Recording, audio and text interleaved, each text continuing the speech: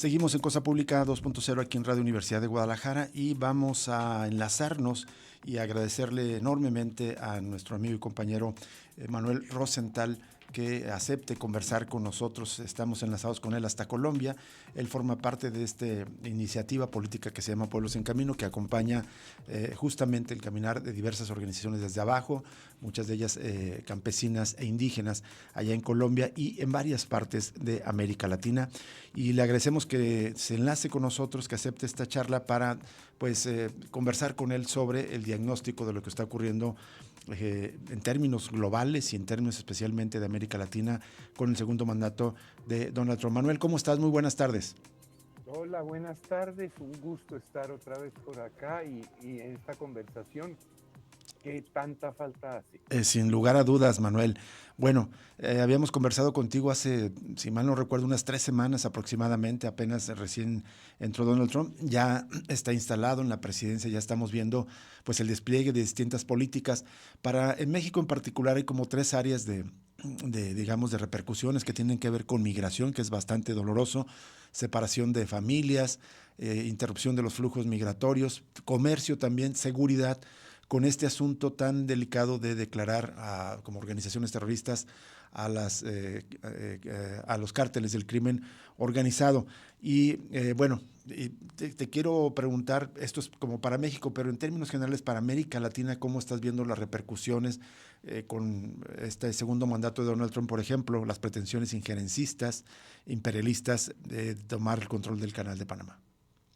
Sí, fue impresionante. Yo no sé si ustedes lo vieron. Fue impresionante ver dos imágenes de la gira de Marco Rubio, Uh-huh. que entre otras cosas no le debe nada a Trump en términos de sus capacidades de maltrato, de abuso.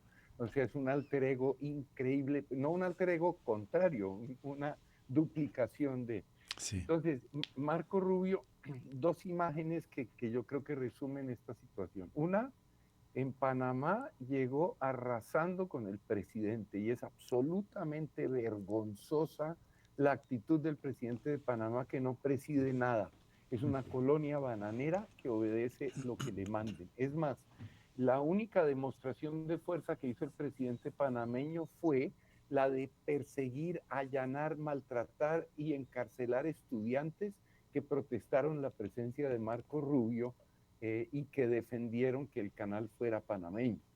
Y aquí un dato muy importante, no están defendiendo el canal tal como está, por el contrario, lo que las y los estudiantes y mucha gente en Panamá quiere es que el canal sea realmente panameño, porque los ingresos multimillonarios que da el canal de Panamá entran a unas élites nacionales y transnacionales y a Panamá no le viene quedando nada desde hace tiempo. Entonces es ahora a nombre de el cumplimiento de los acuerdos del canal, quitárselo a Panamá y que sea, es decir, quitárselo a las élites que lo están explotando y que se lo quede solo Trump. Entonces, esto por el momento es una pelea interna entre élites y el vergonzoso presidente de Panamá no tiene la más mínima dignidad ni representa a nadie. Entonces Rubio llegó arrasando y con pleno conocimiento de quién es el presidente de Panamá. Y la Uh-huh. segunda imagen, que para mí fue todavía más diciente, fue en República Dominicana, en la rueda de prensa final,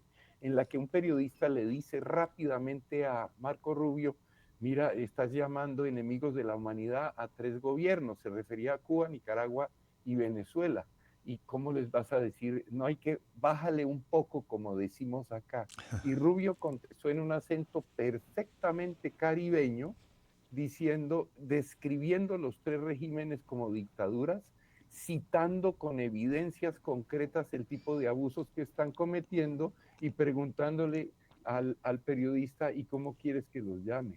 O sea, eh, dos imágenes, una la vergüenza y el arrodillarse de uno que se dice de derecha y la otra los que se dicen de izquierda que le sirven a esto. Entonces, ¿cuál es? Siento yo que va quedando clarito en evidencia la política de Estados Unidos en el continente. Es la política de un grupo pequeño, pequeñísimo, de empresarios que asumen por principio y en principio que todas estas tierras no son más que recursos y la gente que Exacto. hay en estas tierras son criminales o empobrecidos o gente que sobra y estorba, y lo que hay que hacer con esto es sacar las riquezas que ni merecemos ni son nuestras. Y entonces están procediendo. Eso es lo que siento yo que está pasando en síntesis para provocar. Y también hace 3 semanas conversábamos de la respuesta del gobierno colombiano de Gustavo Petro ante este intento inicial como de oponerse a las deportaciones y que pues creo que así coincidimos en esta primera encuentro que tuvimos hace 3 semanas, Manuel, pues decías que finalmente el gobierno de Petro terminó cediendo.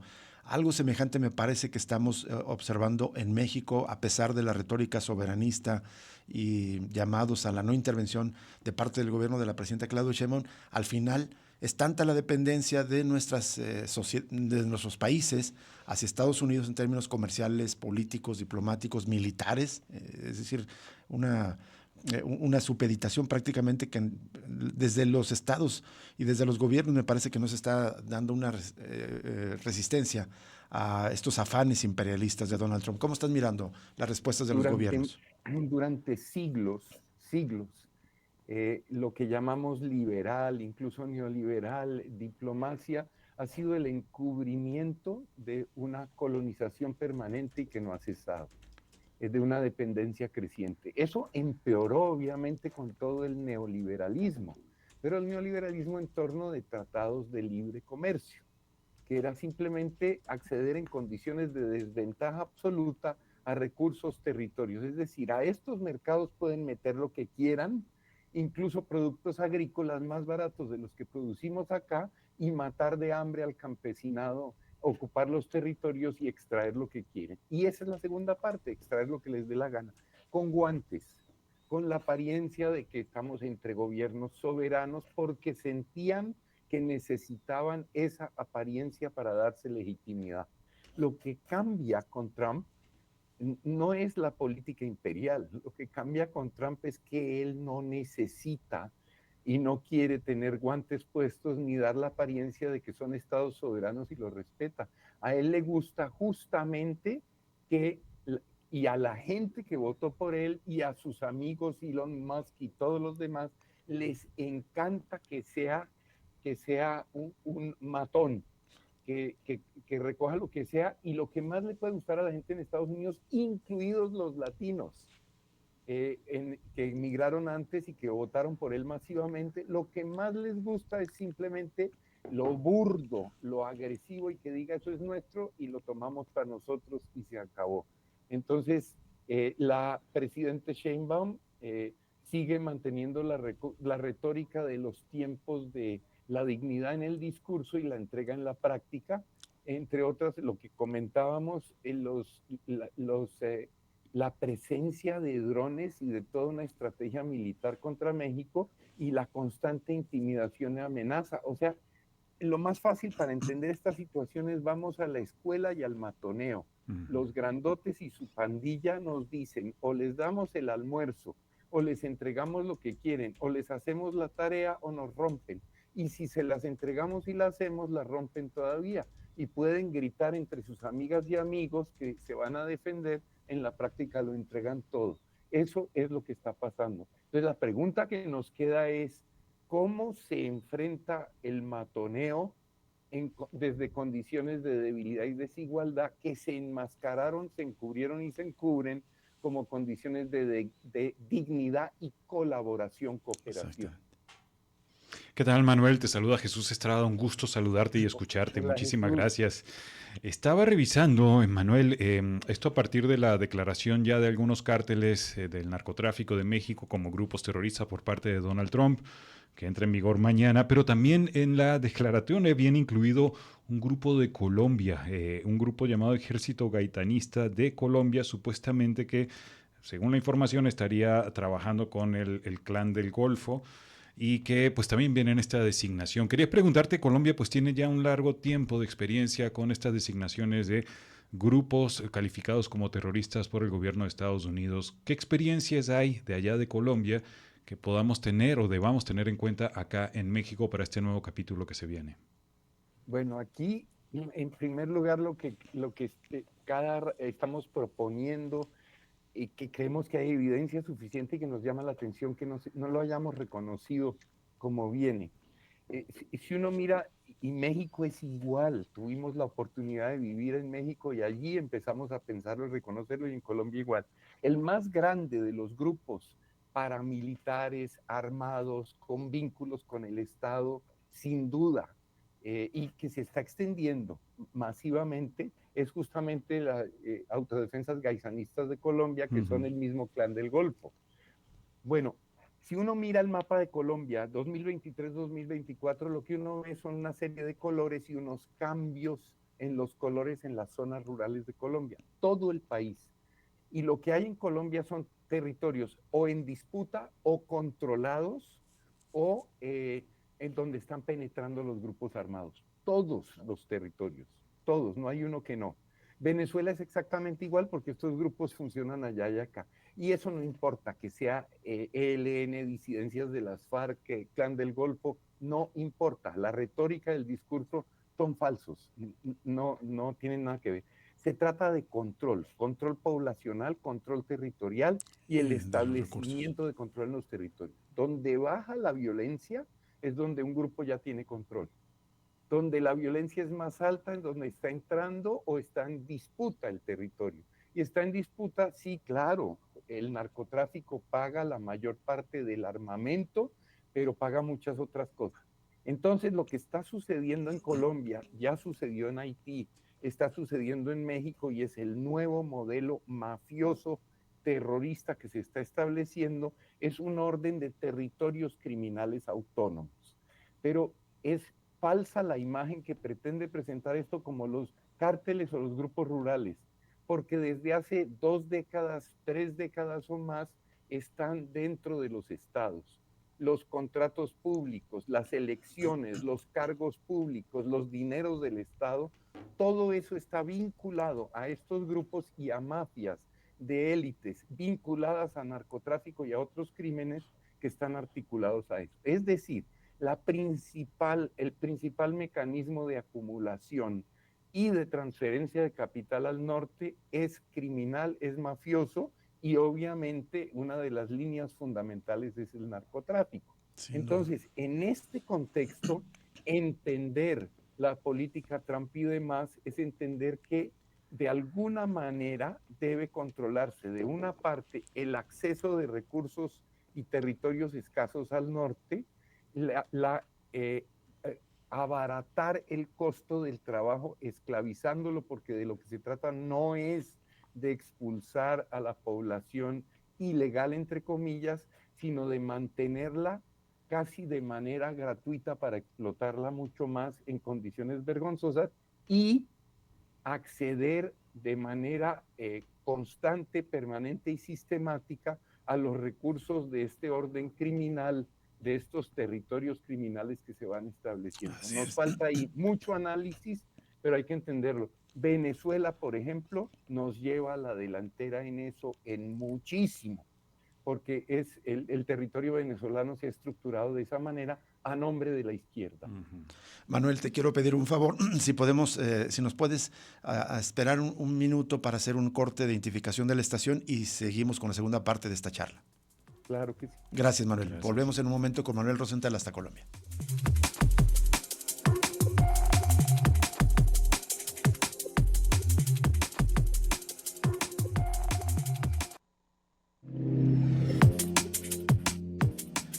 Seguimos en Cosa Pública 2.0. Vamos de nuevo a enlazarnos hasta Colombia con Manuel Rosenthal. Él es impulsor de esta iniciativa política que se llama Pueblos de Camino, que ha enlazado a las luchas de abajo de varios pueblos, campesinos, indígenas y organizaciones sociales de Colombia y de otras partes de América Latina, y estamos conversando con él sobre este análisis de las repercusiones pues en América Latina, en nuestros países, pero también en el mundo del segundo mandato de Donald Trump. Manuel, gracias por estar de nuevo con nosotros. Y en esta segunda parte me gustaría preguntarte más bien sobre las repercusiones generales. De alguna manera, con lo que nos comentabas en esta primera parte, pues se desnuda, por decirlo de alguna manera, la política imperialista del control poblacional, territorial de nuestros países, especialmente de su entorno inmediato. Carlos Heredia, un profesor mexicano del CIDE, nos decía la semana pasada que lo que está haciendo es, digamos, imponer unas fronteras geoestratégicas para Donald Trump desde Colombia y Panamá hasta el Ártico, hasta Groenlandia. Pero ¿cómo estás viendo también las iniciativas como las negociaciones con Rusia? Eh, Prácticamente un poco como la ambición también de disputarse el territorio de Ucrania, que me parece que están detrás, y son las denuncias que está haciendo el presidente Zelensky, pero también de alguna manera el ninguneo que han hecho los funcionarios del gobierno de Trump hacia Europa, como el vicepresidente Vance y el secretario de Estado. ¿Cómo estás mirando también esas repercusiones en otras partes del mundo del gobierno de Donald Trump, Manuel Rosenthal? Y además el apoyo abierto a la AfD, el partido de ultraderecha Exactamente. neonazi en Alemania, etcétera. Bueno, eh, lo que está sucediendo es justamente eso. A Europa la baja completamente, le estorba, le sobra, no la necesita, y Ucrania va con Europa. Invierte totalmente el discurso Biden, que acusó a Rusia de ser la causal y la invasora de Ucrania. Y aquí algo que nos sirve muchísimo si abriéramos los ojos. Son dos mentiras imperiales. La mentira imperial de Biden fue acusar exclusivamente a Rusia de causar todo esto, cuando en realidad Rusia se defendió de la OTAN. Uh-huh. Era el ataque de la OTAN, y asimismo están rodeando a China. ¿Estoy defendiendo a Rusia? No, señor, otro mafioso que adelantó. Si nosotros queremos entender a Trump, deberíamos mirar a China y a Rusia, que le ganaron desde hace tiempo a lo que él aspira a ser. Plutocracias personalistas, controladas desde una persona. China es el que controla el Partido Comunista y su cerco. Rusia, más fácil de entender, es Putin y punto. Y Putin puede hoy ser amigo o enemigo de Estados Unidos, eso es lo que a él le convenga. Y Trump quiere ser eso. Y entonces estamos en un mundo que es así. Entonces nos están diciendo ahora, New York Times y todos los medios nos están diciendo ahora, que pobre Ucrania sufrió la invasión de Rusia y la defensa de Estados Unidos, y ahora la está abandonando Estados Unidos. Ni uno ni otro. Ambos impulsaron guerras imperiales. Biden impulsó una guerra imperial para el mismo propósito de Trump, con distintos beneficiarios, que es quedarse con las tierras raras, quedarse con el granero de Europa, y al mismo tiempo estimular la economía de los Estados Unidos con una transferencia masiva de recursos a todo el sector, al complejo militar industrial. Entonces, eso hizo él, pero no era para defender a Ucrania, era para quedarse con Ucrania. Ahora hay una manera más rápida y fácil, según Trump, de quedarse con Ucrania, y es acercarse a Rusia, hacer un acuerdo con Rusia y quedarse con todo eso. Entonces, a eso está jugando. Como Europa jugó con Biden, entonces Europa le estorba para quedarse él con todos los recursos.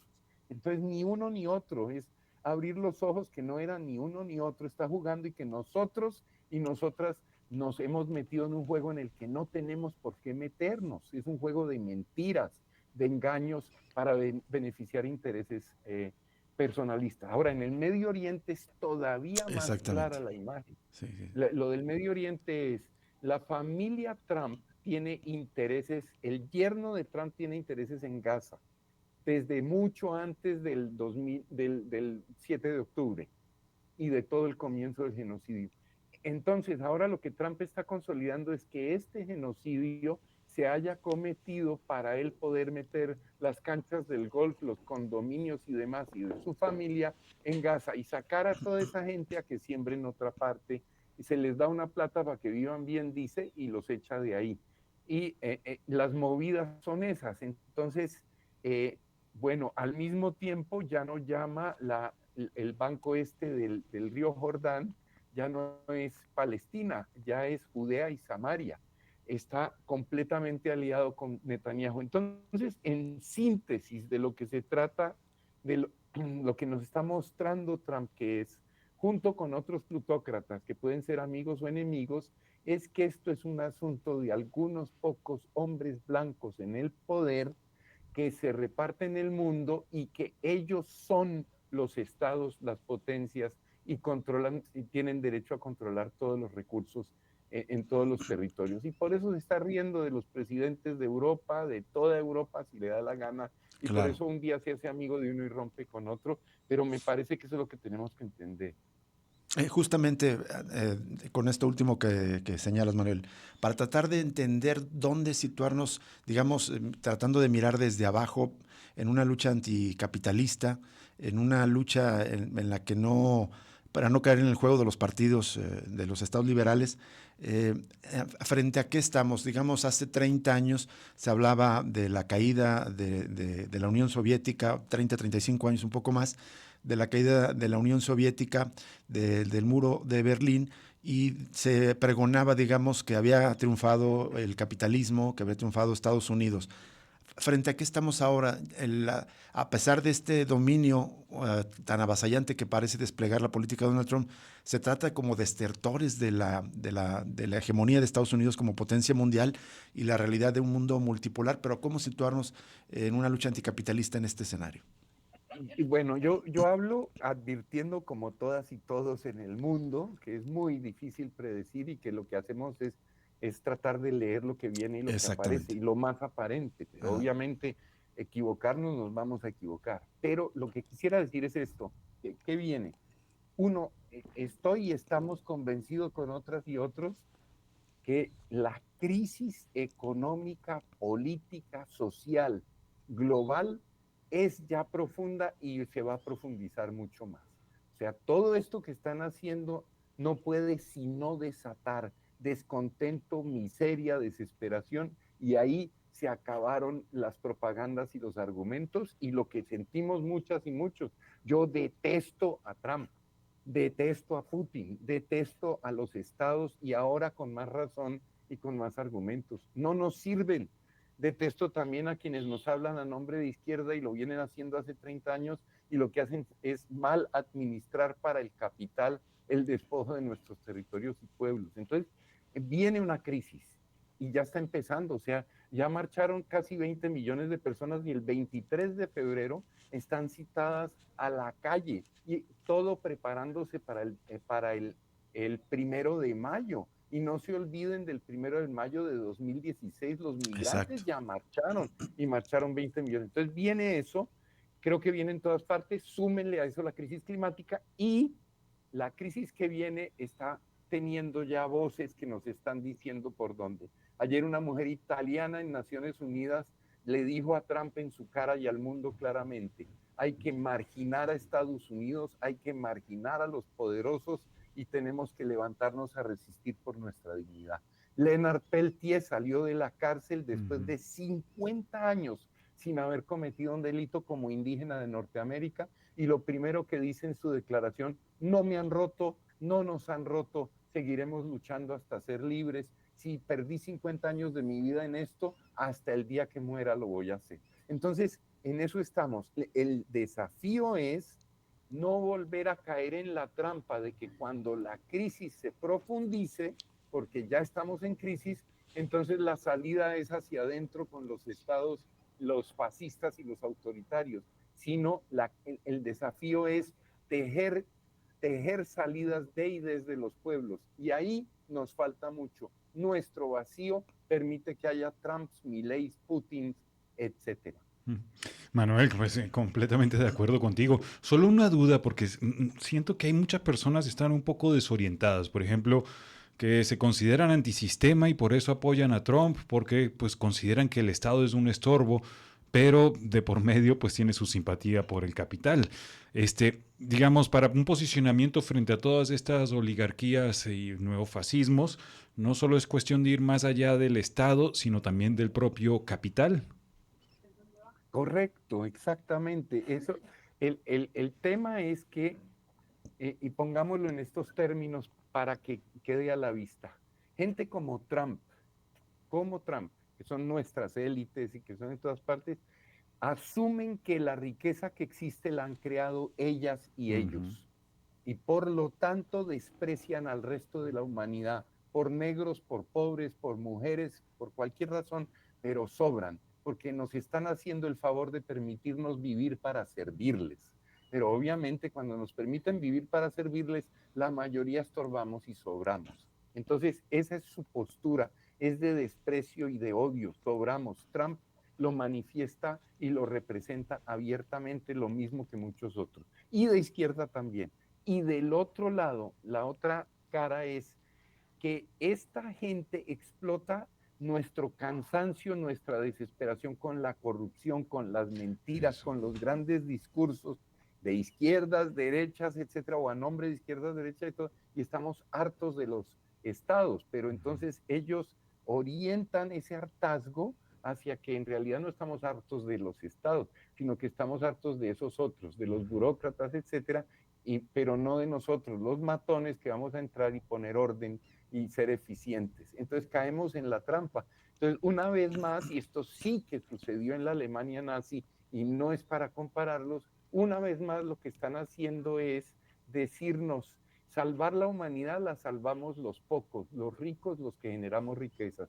Los que trabajan sobran y estorban. Cuando lo que tenemos que decirnos de nuevo es, toda la riqueza que se genera la generan los pueblos, solo que siempre se la han robado los mismos. Y no se trata de escoger quién nos robe, se trata de liberarnos. Y ahí es donde está el desafío que acabas de nombrar tú.